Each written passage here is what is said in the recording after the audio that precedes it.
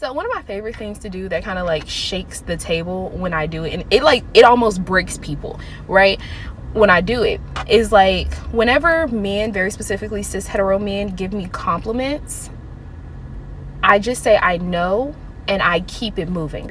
That answer is unnecessary. Why not just say thanks and keep it moving? Small stuff like this is one of the reasons why so many women are still single. Like, keep it pushing. And like it stops them in their tracks, because they're like 99% of the time they're like, now did this bitch just say?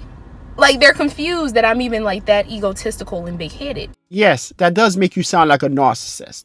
I am, but like also I'm not gonna thank you for that. Like, bruh, I didn't want you to talk to me in the first place, you know. I mean, I'm gonna keep doing it though. She's not even all that attractive to be talking like this. But wait, there's more.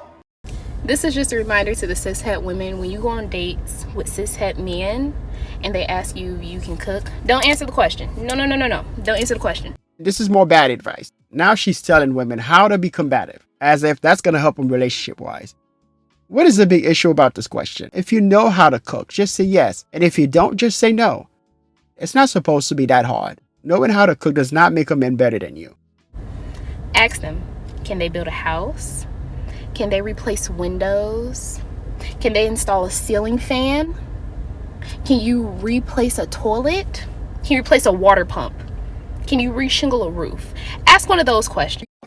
What you just said is one of the most insanely idiotic things I have ever heard. Before you give an authentic answer.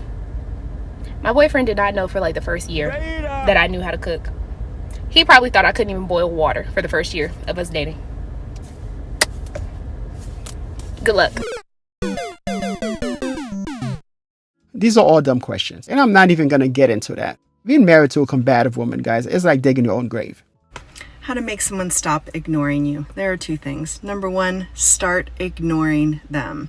I'm not talking about playing games. I'm talking about start ignoring the 3D. Take your focus off the thing that it's happening that you don't want. If you're telling the story of you're being ignored, if you're telling the story of they don't want me, if you're telling the story of I'm abandoned, if you're saturating yourself with all those feelings, you're going to continue to manifest that reality. So start ignoring as much as you can. Take your focus off what's going on out there. Number two, stop ignoring yourself. What do I mean by this?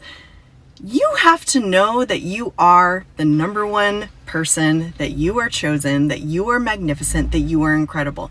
You have to know that about yourself, to know that you are chosen regardless of what anyone else is doing. When you have that level of confidence, people can't ignore you. They just can't. She made some good points, but sometimes people ignore you because they don't want to be with you. What if that's the case? Then what? The only dating advice as a woman that you need, and I'm serious, it can all be boiled down to just one simple thing. You just gotta make sure he's 100% into you. And don't accept less than 100. Keep looking until you find someone who is 100% with you, or stay single. Because that uncertainty, when he's 98% into you, but that 2%, he's still like, maybe I could try for others. Maybe I should send likes and DMs. Maybe I should be a little bit flirty to that coworker. That's pain.